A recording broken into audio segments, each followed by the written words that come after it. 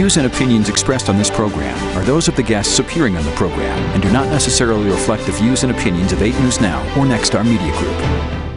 Unlike my opponent, who actually took money right after October 1 from a gun show that actually marketed to kids. I didn't take money from strip clubs, as my colleague took money from strip clubs this time around. Tonight on Politics Now, some sparks flying in the first Democratic primary debate in the race for governor. We'll recap the highlights.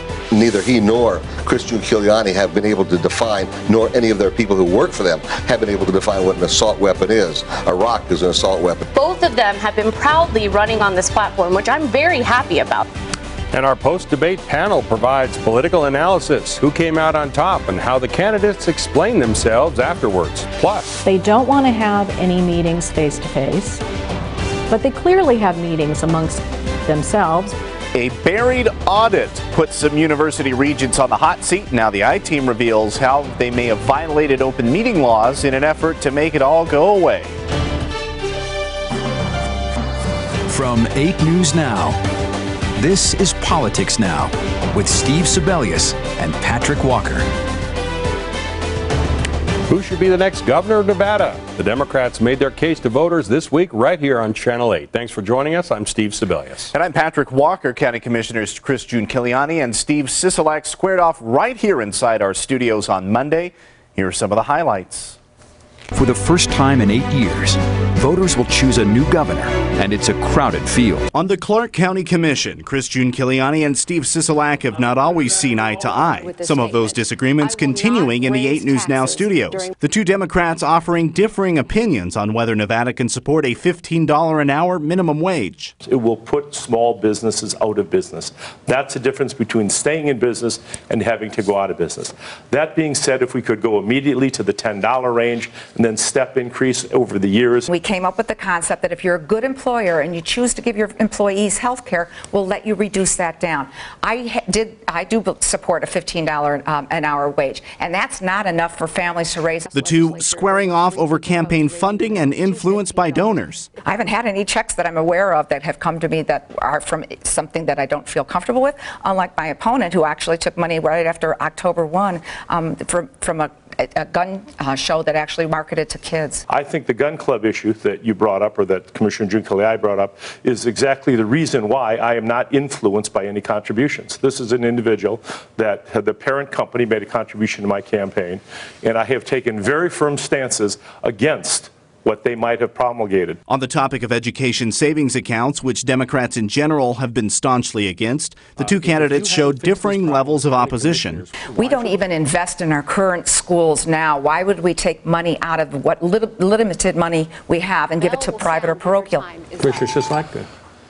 ESA simply, we cannot fund with the current available money in our education system. Culinary and Sisolak agreed to some extent on most of the other topics, including trying to loosen up a bit on the state's opioid crackdown, where it has hurt legitimate pain patients, and providing more money for child protective services to try to cut into the number of open cases per case worker. This is one of the final public forums with the two candidates appearing together ahead of early voting, which begins this Saturday.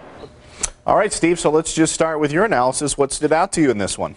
Well, I think the candidates were kind of reluctant to pin themselves down on a lot of issues. For example, they both refused to say they wouldn't raise taxes during their term, but they were reluctant to say which taxes they might raise. In fact, Steve Sisolak said, look, everything's on the table. But they were together on a lot of issues, too. They wanted more gun control. They have both opposed education savings accounts, as you said in the piece, and also the need for Southern Nevada taxes to subsidize the rest of the state. They were agreed on that. Well, one of the biggest differences on the issues between the two during that debate was on minimum wage. We heard a little bit of it there. The candidates were pretty far apart when discussing where that hourly wage should initially be raised to. So I spoke with both right after the debate to discuss that. We'll start in alphabetical order with Commissioner June Culinary. Talk to me a little bit about the minimum wage answer. So you've been supportive of $15 an hour. Commissioner Sisolak said he's at about $10 an hour to start. Is $15 an hour sustainable right now? Is Nevada ready for that? Our economy is up. Again, as I said, you work with how you implement the plan for moving in that direction. But $15 an hour for a family of 4 is still not even, it's poverty level. We have to do better than that. We are a service-based industry. Our men and women need to be paid a decent living wage, and that's not it. We also need need to make sure that we have health care, and child care is very key for these individuals, especially our working men and women that are on that cusp of the working poverty. A lot of talk about education, of course, in the debate as well, several questions, but one of the ones that both of you wrapped up on were talking about appointing regents, also appointing school board trustees. You were different on the opinion. Why do you believe that it should stay as is? A little bit more detail, perhaps, than you were able to get into inside. I think the public should still weigh in something as special and as important as education. They should be able to go out and talk with those people and put a vote for them. It is the hardest job out there. It's the least paying job out there, but it's also the most important job out there. Why would you want somebody in a back room appointing somebody just to make sure they're doing your bid, rather than at least you have an accountability that comes in with the voter box? So I don't believe you switch something from elected to appointed just because some personalities may not be getting out. All right, so Steve will talk about their answers again here in a minute, but I also had a chance to pose the same questions to Commissioner Sisolak when the debate wrapped up. A couple of the issues that stuck out, one of them, minimum wage. You were at a $10 amount is what you gave. Commissioner June Culinary gave $15. Is there any point you could be comfortable with that $15, or where did that kind of tell me how you got to that $10 amount? The $10 amount is a number that I've talked to businesses what they feel that they could afford. When you're talking about $15 an hour, these are not meant to be life-supporting jobs, you know. And in addition to that, there needs to be a carve-out for tip earners, because you've got maitre d's and bartenders in some of the restaurants and hotels that are making, you know, $300, $400 a night in tips, and there should be a carve-out for those individuals when we get to minimum wage. But that being said, if you go to $15, the people that are at $15 have to go to $20, and it goes right up the scale. You will put small businesses out of business. What we've got now is, I attended the grand opening of McDonald's on South Las Vegas Boulevard. They installed the ordering kiosks, and they're eliminating jobs.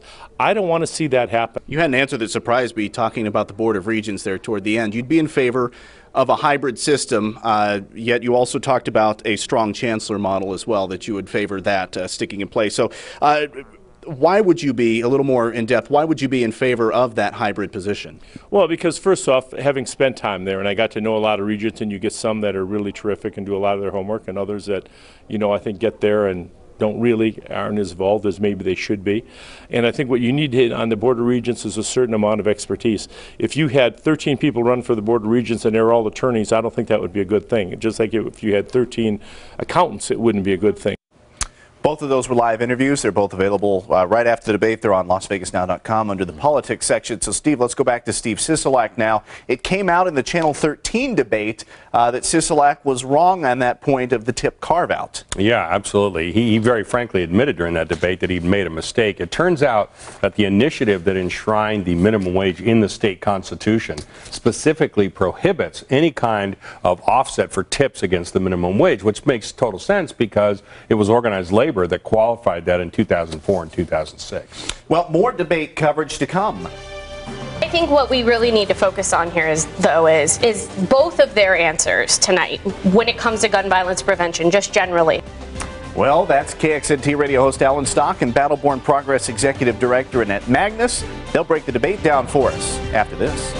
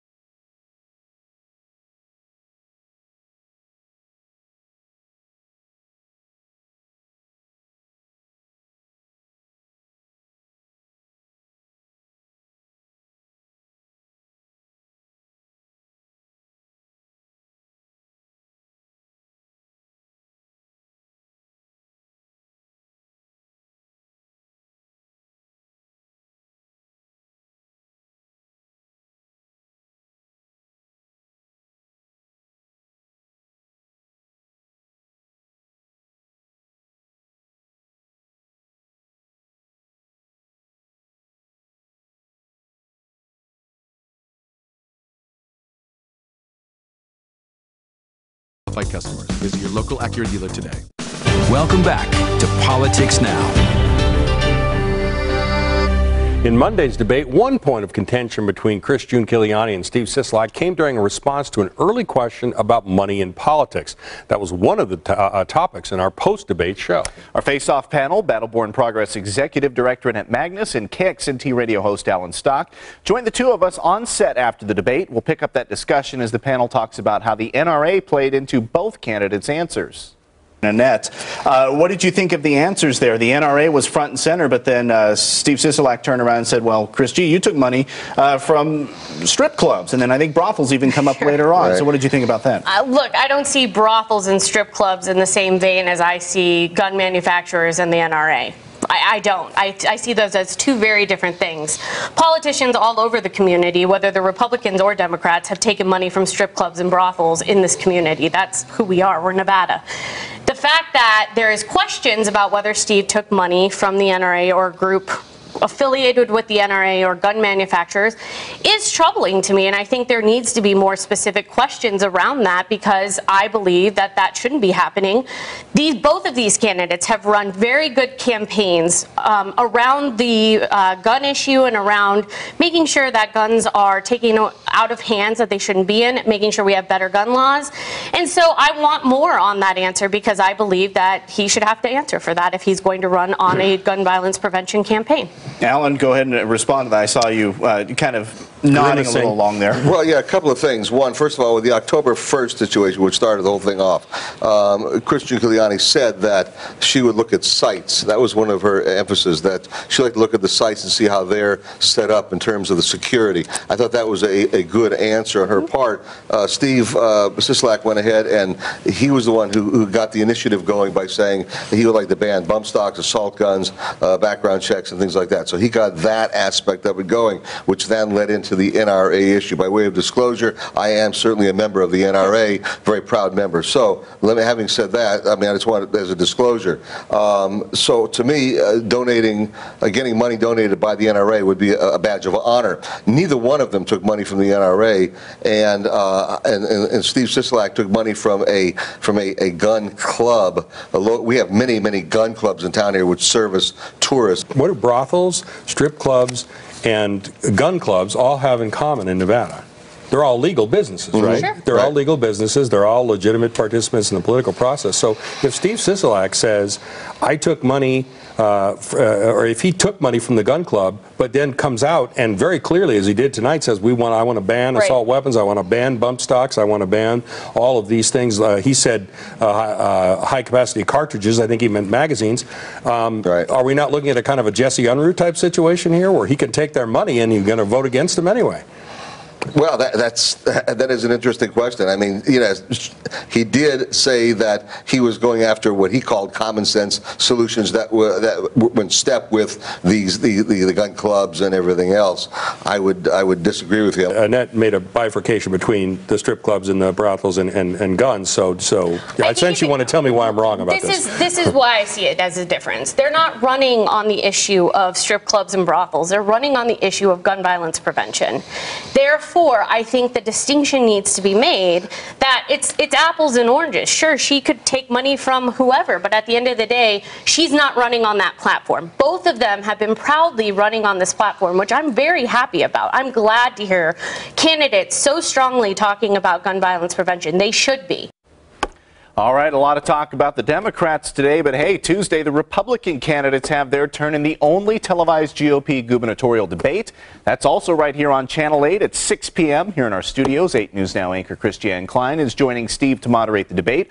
Again, I'll have all the post-debate interviews with the candidates and then host the post-debate show. That's on LasVegasNow.com, our mobile app, and our 8 News Now Facebook page. And Steve, you had a very busy week. You were also hosting a forum for school board and university regent candidates. That's right. The forum forum was sponsored by the Gwynn Center on Policy Priorities, HOPE, honoring our public education, and the Latin Chamber of Commerce Mujeres Group. It featured candidates for the Clark County School District and the Nevada System of Higher Education Board of Regents. The candidates tackled issues from school funding and the Nevada Plan, how to improve student achievement, the role of donors in setting higher education policy, and appointing rather than electing trustees and regents. The Gwynn Center and its partners have sponsored similar forums in the past and are studying education governance here in Nevada.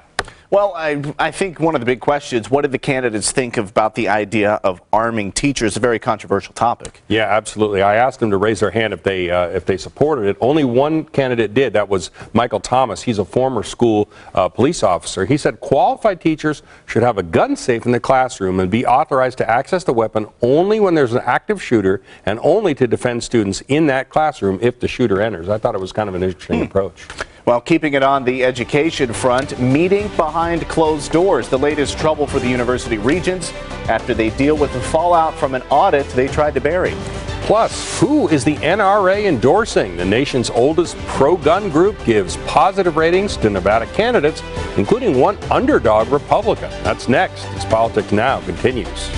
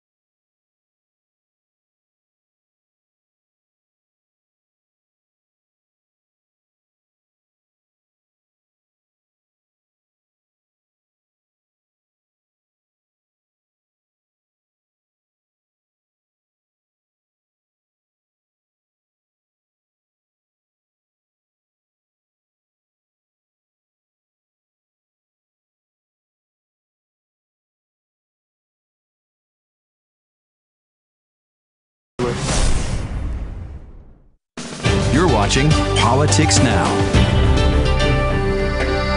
A complaint filed with the Nevada Attorney General's office has accused 4 university regents of violating the state's open meeting law. The alleged secret meeting occurred earlier this month and is related to ongoing turmoil involving a shocking audit of the UNR Medical School, first revealed by the 8 News Now I-Team. Chief Investigative Reporter George Knapp has that story.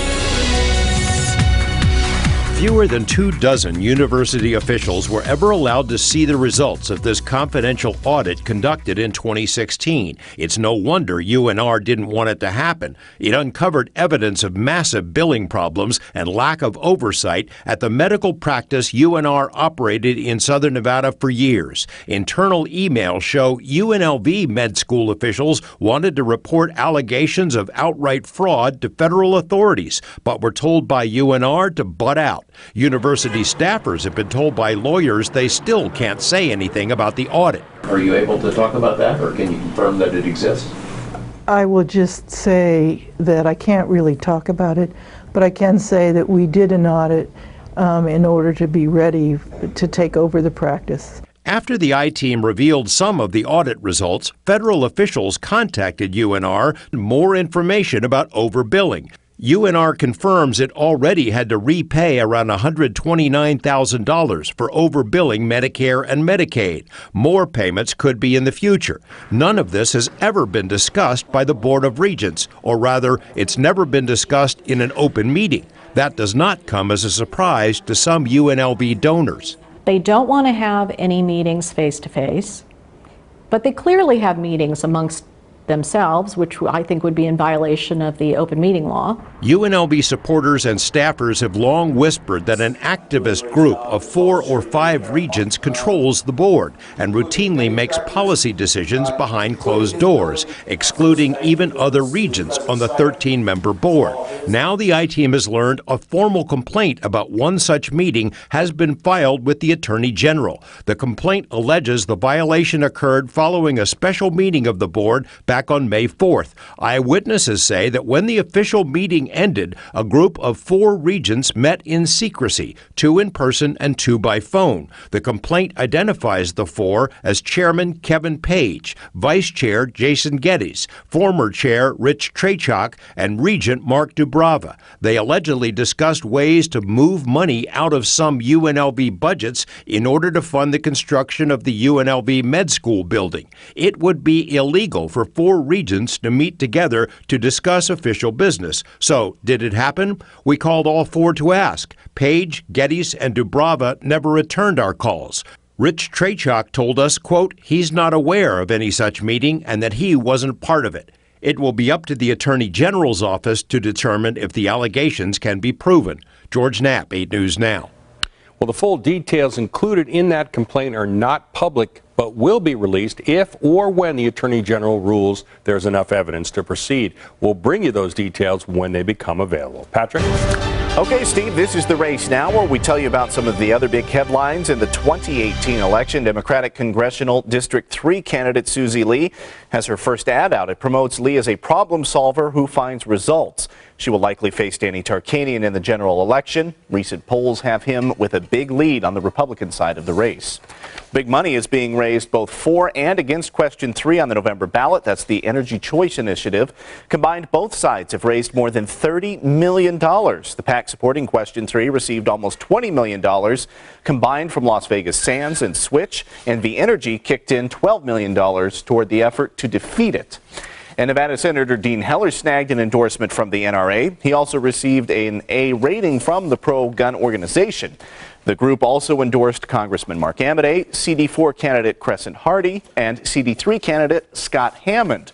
They all also received ratings from the group, those A ratings. The CD3 race also features, by the way, Danny Tarkanian. So, Steve, an NRA endorsement, is it as coveted as it used to be come general election time? And surprised that Scott Hammond got it over Danny Tarkanian. Yeah, absolutely. That is a surprise. It's questionable. You know, post-October 1st with all the school shootings, does that carry as much weight as it used to? I think it helps people who vote on that issue. And if you are a gun voter, you definitely are going to vote on that issue, and that will motivate you to get out to the polls, and in fact, probably above any other issue. So I think for that group, yes, it will help. All right, well, workers on the Strip strike. We'll tell you about the threats from the Culinary Union and how similar situations have turned out back in the past. Next on Politics Now.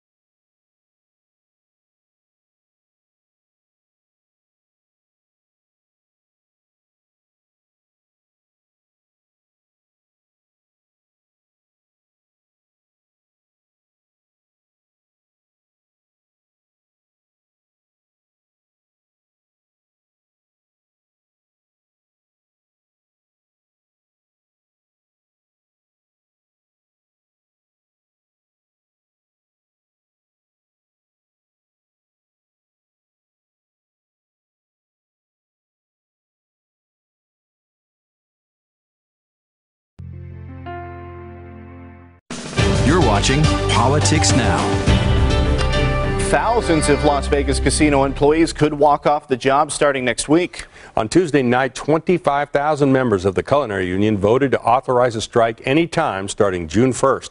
The union says 99% voted for the action. Contracts for about 50,000 culinary and bartender union members expire next Friday. Agreement with 34 casinos hasn't been reached. Workers say they want better pay, better health care, and job security.